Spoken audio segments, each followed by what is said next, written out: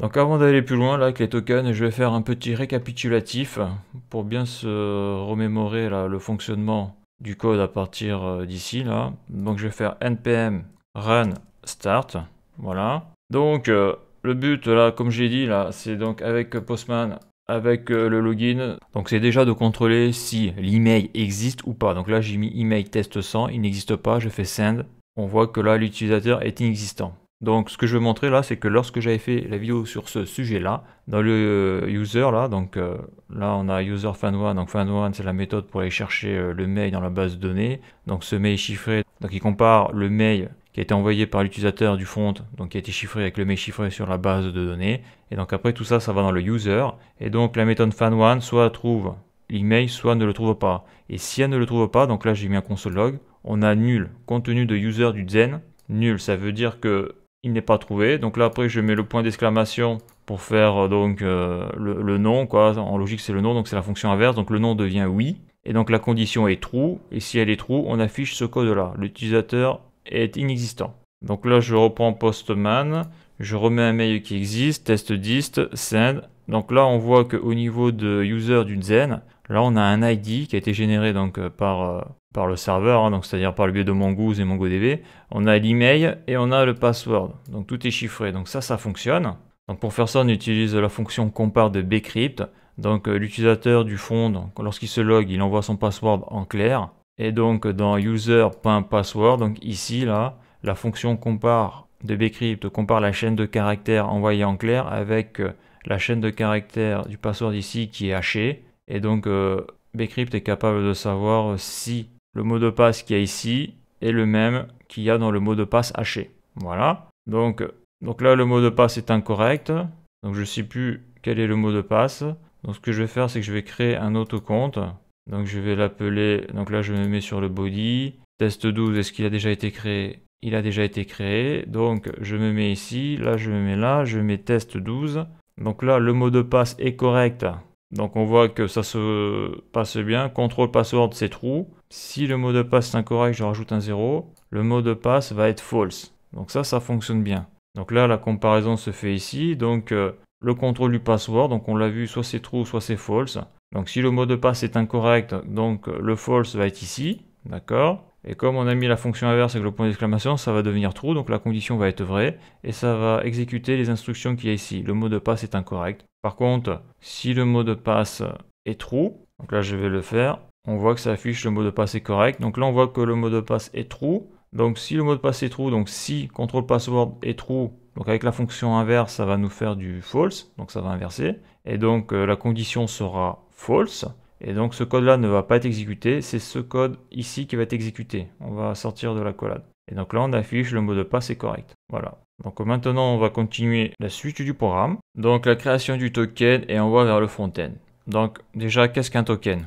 Donc en français on peut dire jeton d'authentification. Donc un jeton d'authentification, parfois appelé authentifieur, jeton de sécurité, jeton USB, QSB de sécurité, jeton cryptographique, etc. est une solution d'authentification forte. Donc en gros là c'est pour du matériel physique, le principe est le même dans notre cas. Donc un jeton de sécurité est un dispositif matériel utilisé pour permettre l'accès à une ressource protégée électroniquement, compte en banque, etc. Le jeton est utilisé en complément ou à la place d'un mot de passe pour prouver que le porteur du dispositif est bien celui qui prétend être. Donc c'est ça qui est intéressant, le token permet de prouver que le porteur du dispositif est bien celui qu'il prétend être. Donc les jetons matériels sont assez petits pour être transportés dans une poche ou un sac, ok.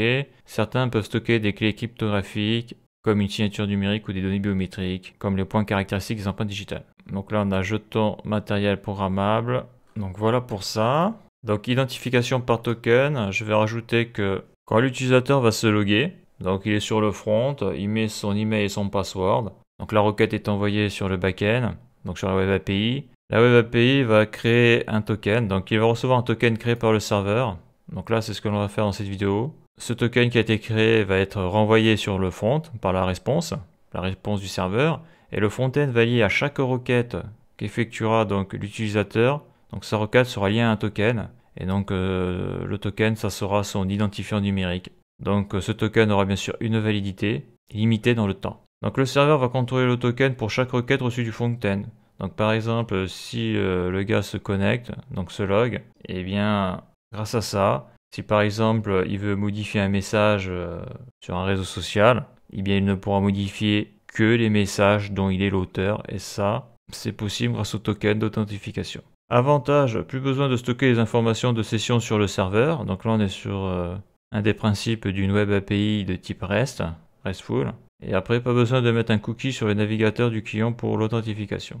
Pour faire ça, eh bien, il faut déjà faire la création du token et après il faut faire l'envoi du token. Donc là, je suis bien sur controllers, le dossier user.js et là, je redescends donc là où j'en étais là. Donc le mail a été trouvé, le mot de passe est valide. Donc si le mot de passe est valide, le mot de passe est correct, on va passer ici. Donc là, le mot de passe est correct. Lorsque j'envoie donc la requête, pour le moment, le serveur me renvoie le mot de passe correct. Donc ça, là, la réponse, le front-end pourrait la récupérer. Ce message-là peut être récupéré par le front. Donc là, qu'est-ce qu'il va falloir que je fasse? Eh bien, moi, ce que je vais envoyer, c'est un user ID et un token. Donc déjà, je vais commencer par supprimer ça. Donc l'idée, ça va être quoi? Donc l'user ID, on sait où il est, on l'a déjà. Le user ID, il est ici. Là, on le voit très bien là. Il est dans le zen de user. Lorsqu'on va chercher par le biais de user.find1 le contenu dans la base de données. Donc là, on a le ID qui est ici. Donc là, il va falloir que je fasse comme pour le password, lorsqu'on avait fait user.password pour récupérer que le password. Là, il va falloir que je fasse user._id, virgule, parce que là, je suis dans le point JSON. Et après, il va falloir que je mette donc la clé token. Et après, il va falloir générer le token. Donc là, pour le moment, je ne vais pas le générer. Je vais juste montrer ça. Je fais un CTRL S. Juste voilà, donc là c'est faux. Pourquoi? Parce que quand je fais des vidéos, souvent je fais des erreurs de base. Il n'y a pas de égal hein, dans un JSON. C'est un deux points. CTRL S. Voilà, ça marchera mieux. Super. Donc là après je fais ma petite requête. Donc là l'email est bon, le mot de passe est bon. J'envoie la requête. Le résultat c'est j'ai un user ID et j'ai un token. Donc là le souci c'est que le user ID il est en clair. Et le token, là pour le moment je ne l'ai pas généré, c'est juste pour montrer le principe. Et là on voit un statut 200 OK, super. Donc maintenant on va modifier tout ça. Donc pour pouvoir générer ce token, on va avoir besoin d'un nouveau package npm et ça va être JSON Web Token. Donc on voit qu'il a été téléchargé ces 7 derniers jours plus de 5 millions de fois. Donc une implémentation de JSON Web Token. Donc je vais l'ouvrir. Donc qu'est-ce que l'on apprend là? Donc en résumé, JSON Web Token JWT est un moyen compact et sécurisé pour les URL de représenter les revendications à transférer entre deux parties. Les revendications dans un JWT sont codées en tant qu'objet JSON utilisé comme charge utile. Donc ça c'est le payload. Payload c'est un terme technique ça.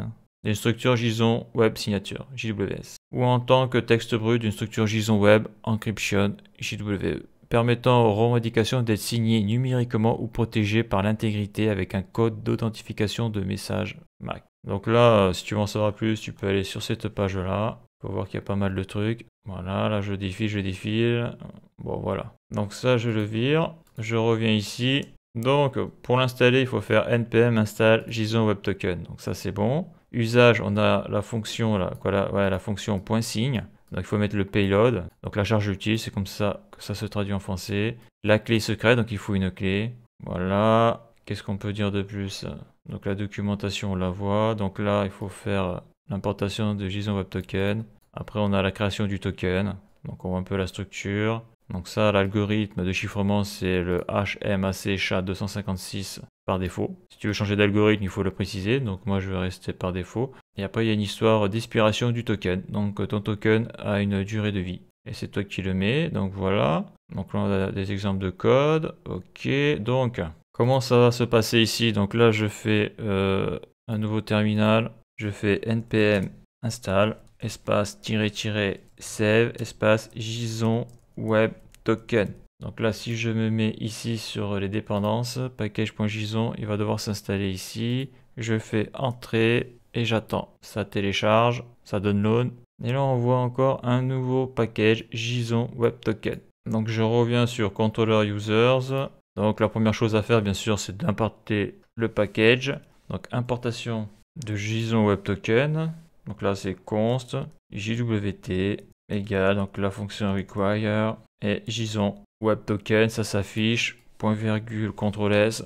Là, je reviens sur le terminal d'avant. Est-ce que ça fonctionne toujours mon truc? Ok, connexion à MongoDB réussi. Donc là, on est bon. Donc là, je redescends ici. Donc là, je vais écrire donc encodage du user ID pour la création de nouveaux objets. Voilà, donc comme j'ai dit, le but du token, c'est lorsque l'utilisateur créera un objet donc par le biais de ces requêtes, le but va être de lier toutes ces créations d'objets avec le token. Comme ça, on sait qui a fait l'objet, et donc si on sait qui a fait l'objet, on sait qui est autorisé à modifier ou pas l'objet. En gros, c'est ça, c'est une empreinte numérique.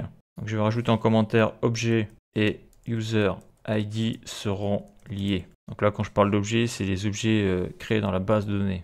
Voilà, donc le mot de passe est correct. Je vais rajouter ici envoi dans la réponse donc du serveur, bon je le précise, hein, du user ID et du token d'authentification. Donc ça c'est hyper important. Donc maintenant, ça je vais le virer. Et donc comme on l'avait vu dans la documentation, il faut appeler la méthode .sign, donc jwt.sign. Donc là tu as du texte en anglais là, qui te dit à quoi sert le truc. Donc c'est pas singe, hein, c'est signe, voilà. J'ouvre la parenthèse, donc il faut le payload, donc la clé secrète, et après il y a le temps de durée de vie du token. Donc là, je vais le marquer, il y a 3 arguments. Donc là, je crée un objet. Donc ça va être user ID de point. D'ailleurs, il est ici, là. Voilà, parce que j'envoie la réponse, je vais envoyer donc l'user ID en clair. Mais après, là, pour faire mon token d'authentification, je vais encoder. Je vais encoder, je vais chiffrer, parce que tout ça, on va voir après, il faut utiliser une clé de chiffrement. Donc dedans, il y aura, dans le résultat là, du token, en tout cas, en résultat de la sortie de la fonction .sign, il y aura encodé, chiffré, l'user ID à l'intérieur. D'ailleurs, ça, je vais le virer. Voilà, c'est bon. Donc ça, c'est clair. Donc il sera en clair ici, et là, il sera dans le token intégré. Après, il va falloir mettre une clé de chiffrement. Donc là, la clé, on va utiliser directement une variable d'environnement. Donc process.inf, donc ça bouge pas, point. Et donc je vais l'appeler jwt underscore key underscore token. Là, je mets une virgule. Donc bien sûr, il va falloir que je la crée. Donc là, on voit que la couleur est pas bonne. C'est pas bon du tout. Donc là, il manque les backticks. Donc Alt-GR, touche 7, entrée. Là, je fais CTRL-C. Ouais, non, je vais le faire. Allez hop. Je mets ici Alt-GR, touche 7, espace. Donc bien sûr, c'est pas entrée, c'est espace. Alt-GR, espace. Donc là, j'ai mon backtick. Donc là, on voit déjà que la couleur, ça va beaucoup mieux là. Parce que là, j'avais du blanc et le blanc, c'est pas bon. Sauf pour les virgules, la ponctuation. Et après, il faut mettre un autre objet. Donc c'est expire. Donc la key s'appelle expire in. Et après, c'est toi qui décides. Donc là, je vais la mettre sur 12 heures. Après, on le voit sur les banques, par exemple, la clé, c'est pas 12 heures, la clé, c'est 5 minutes. C'est-à-dire que si tu touches pas ton navigateur pendant 5 minutes, la clé, elle dégage. C'est-à-dire que c'est plus valide. Donc c'est peut-être un autre système de fonctionnement, mais l'idée, c'est ça, quoi. Parce qu'une fois que le token est utilisé, bien sûr, quand tu l'as créé, il n'y a plus besoin d'utiliser ton mot de passe, quoi. Par contre, au bout de 2 heures, le token sera périmé. Il faudra remettre son mot de passe, c'est-à-dire qu'il faudra se reloguer. En gros, c'est ça l'idée. Donc, surtout pas oublier de créer la variable d'environnement. Donc, je fais un CTRL-C. Je vais ici, je vais sur variable d'environnement, je me mets ici, CTRL-V, égal. Et là, après, je vais donc me créer une clé. Donc, tu marques sur Google générateur de mot de passe aléatoire. Donc, c'est mot de passe.x.y.z. Donc là, je le mets sur 100 caractères. Je coche tout pour avoir un super mot de passe. Donc là, c'est un méga mot de passe, CTRL-C, ça c'est bon. Après, je reviens sur Visual Studio Code, CTRL-V. Donc là, tu vois que le mot de passe, là, il est un peu raide. Donc là, par contre, il m'a mis des accolades. Ouais, je pense que c'est un bug de Visual Studio Code parce que là, les accolades, ça marchait très bien. Je fais un CTRL-S. Donc là, tu vois, cette clé-là, pour la trouver, bon courage. Donc là, je vais faire ça. Avant d'aller plus loin, CTRL-C. Je vais aller là, je vais aller dans mon exemple. Je vais faire CTRL-V égale, donc ça c'est la variable d'environnement qu'il y aura par exemple sur GitHub. Et là je vais marquer mettre une clé forte. Ouais, parce que là c'est pas un mot de passe, hein, c'est une clé parce qu'un mot de passe de 100 caractères c'est impossible à retenir. CTRL-V, CTRL-S, en tout cas pour un humain. Donc ça c'est bon. Donc je reviens ici, tout est bon. Là ça n'a pas planté, donc maintenant il n'y a plus qu'à tester. Donc là je prends mon petit Postman. Donc quand j'ai appuyé sur scène la dernière fois, donc à la dernière vidéo, il m'avait renvoyé ça. Donc maintenant, le mot de passe est bon. J'envoie error. Control password true. Post 500. Donc là, il y a une boulette. Par contre, la boulette, elle est vide là. Attends, je vais faire un truc là. Donc je vais me recréer un utilisateur 13 pour être sûr. Test 13, utilisateur créé et sauvegardé. Je me remets ici. Le mot de passe, c'est le même. Là, je me mets donc sur la route login. Je mets 13. J'envoie. Bon. Il me dit pas pourquoi il y a un souci. Peut-être ma clé. Ah oui, ça y est, je le vois le souci. Oh là là. Là, je mets l'IK user ID, mais la value, c'est point user ID. Ça, c'est quand j'ai fait mon... J'aurais dû faire carrément un copier-coller, je me serais moins pris la tête. CTRL S. Bon, ça marche. Ça marchait avant. Donc, je reviens sur Postman. Send. Et là, magique. Donc là, j'ai bien l'user ID. Donc, l'user ID, il est ici. Hein, on le voit clairement là. Donc ça vient du contenu user du Zen de user_fan1. Et là, donc là, ce que je viens de faire, ça m'a généré un token d'authentification. Et dans ce token, tu as l'user ID et tu as le temps de validité du token. Et après, donc j'ai utilisé une clé de chiffrement qui me sort ce charabia. Donc ça va être envoyé au front. Et après, le front va lier le token avec les requêtes de l'utilisateur. Et lorsque le front enverra les requêtes sur le serveur, eh bien à chaque fois, il y aura un token qui sera lié à l'objet qui sera envoyé. Voilà, donc après, ce qu'il faut faire, c'est donc l'authentification, c'est-à-dire qu'il faut faire le middleware d'authentification qui va permettre donc de, avant d'accéder à la route, de savoir si la personne est autorisée ou pas à accéder à la route et aux ressources qu'il y a au bout du endpoint. Voilà, donc là, je vais mettre 12 quand même pour m'assurer du truc.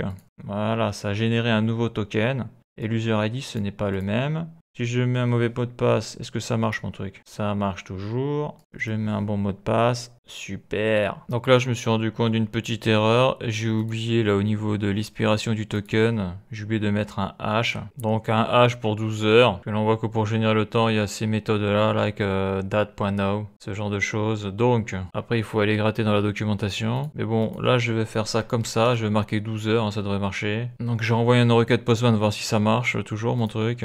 Bon, ça marche toujours, il n'y a pas d'erreur. C'est vrai que là, on voit pas trop quand est-ce que le token sera périmé. Voilà, donc la suite dans le prochain épisode.